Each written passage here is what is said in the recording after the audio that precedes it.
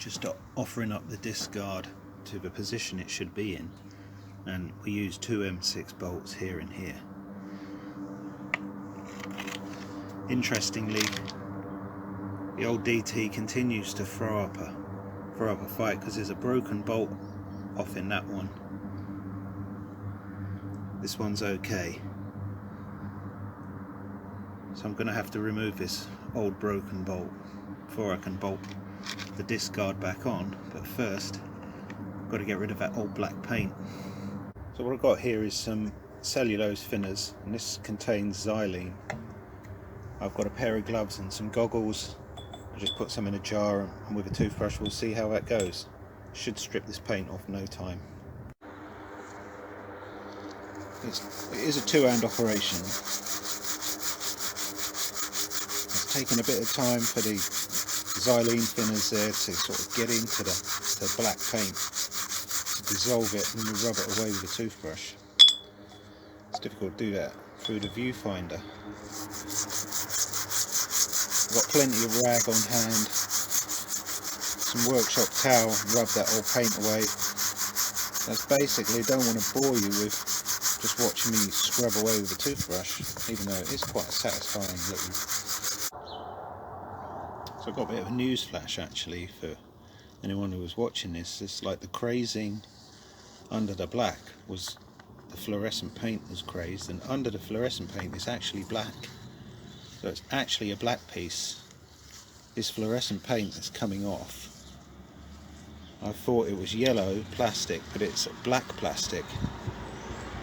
So it means by the time all this yellow paint's come off, which I didn't think was going to come off, so the yellow was overpainted with black, but under the yellow it's black anyway. It's just going to take a bit more time than I thought. This fluorescent paint's quite thick. It might even have a primer coat under it, hence the white flashes. But all that crazing, it's got to come off anyway. It's really thick crackled paint.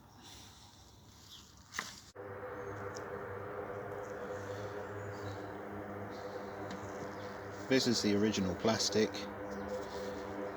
This is what the paint looks like after it's been dissolved slightly, and that's the crazed old fluorescent paint that I've got to get off.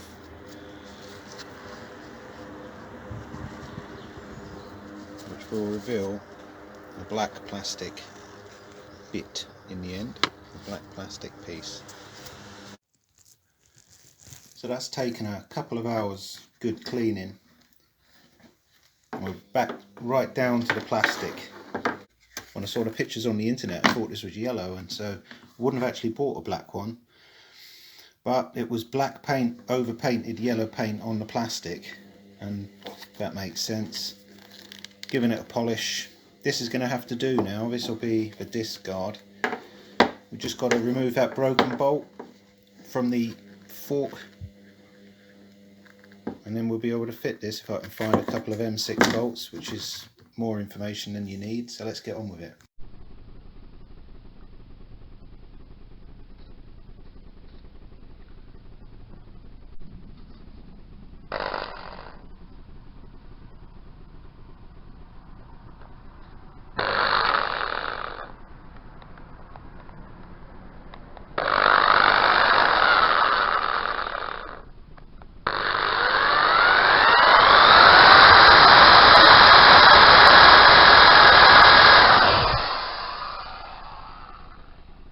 Actually snapped off clean, they don't normally do, so I'm going to try and grind it flat.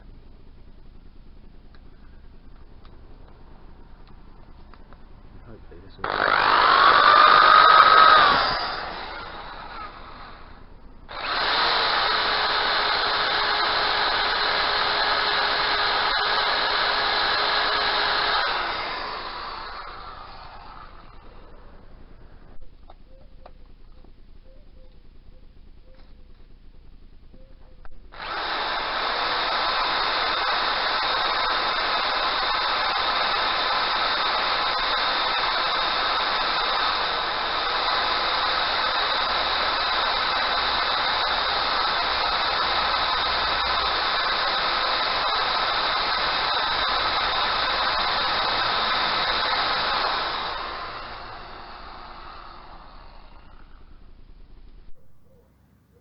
thought I'd get a different angle on this just in case you can't see what it is I'm talking about. I think someone's tried to cut a slot across this broken bolt, and that slot has dug into the fork body that the hole is in. Obviously it didn't work because it's still stuck in there. So what I've done is just used a diamond burr to grind off. It was quite a rough looking break. Now I've got a flat top. Should be able to stick a small 2mm drill through that, right in the middle hopefully.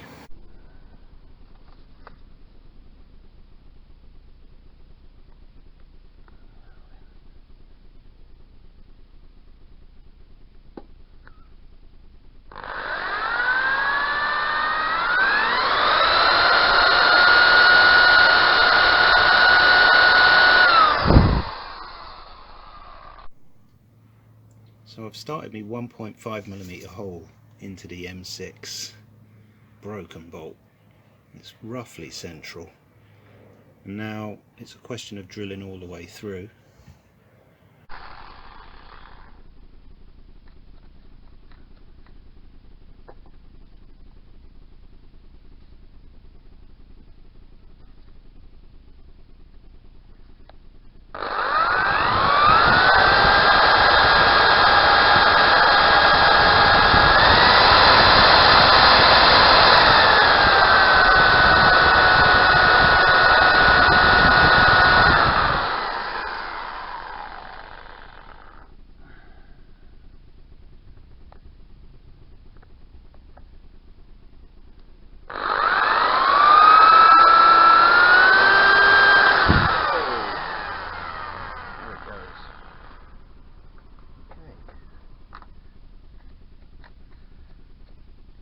The reason it's central, I'll check it from the other side.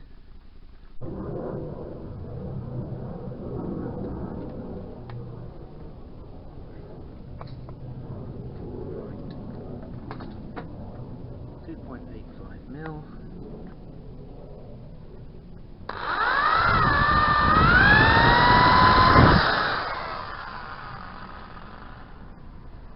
Just going to try a fairly desperate trick. The hammer action of the drill in reverse with a diamond burr. It's not a diamond burr, sorry, it's a carbide tip.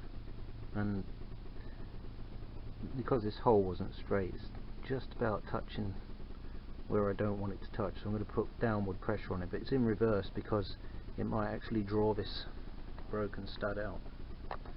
And it's on hammer, so that little vibrations will hopefully encourage it to break any sort of bondage, molecular bondage.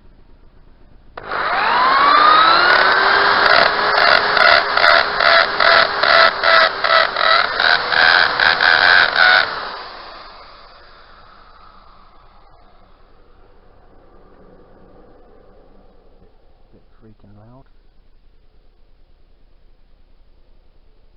No, that's not helping.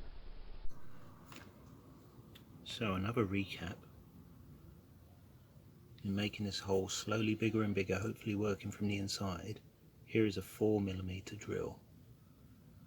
So I should be able to drill that through there. It's an M6 hole, and there's a 4mm drill, so it's still quite a lot of material in the hole. I'll take you down to the other M6. That's the 4mm drill. Quite a wobble fit. So the danger is if you don't go straight in the hole, you can deflect into the threads that you want to keep in the original hole. So it's a question of keeping square. So just to recap, we've gone through the broken stud with a drill. That's about as far as I can get with the tools that I've been using. So I'm going to take you over to have a look. I'm going to use this diamond burr set, which I've used a lot. I usually use it with a Dremel. Trouble with this is you have to keep it well lubricated with water for it to work properly, but the tips are really fine. So of course water and electricity, because I've got an electric drill, just got to have to watch my step a bit.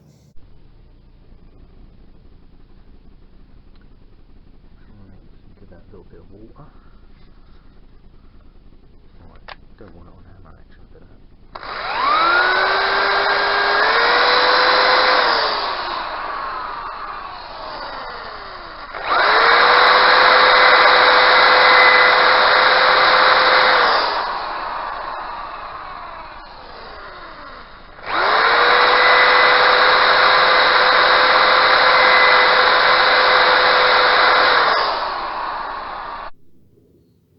Okay, well finally my plug tab is going in there nice.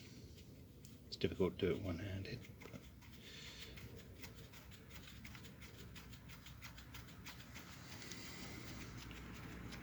Well, that's okay.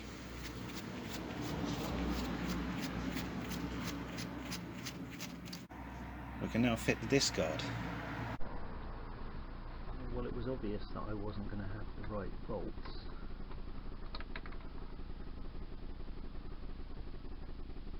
I've got sort of, well, M6 screw bolts really.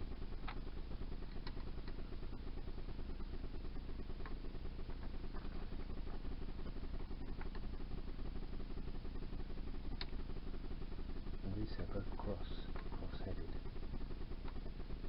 Cross-threaded, cross-headed.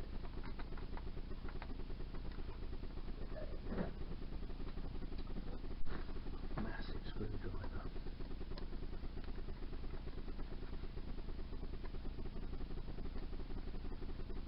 Just want to throw the time. Okay, so I didn't get a caliper guard.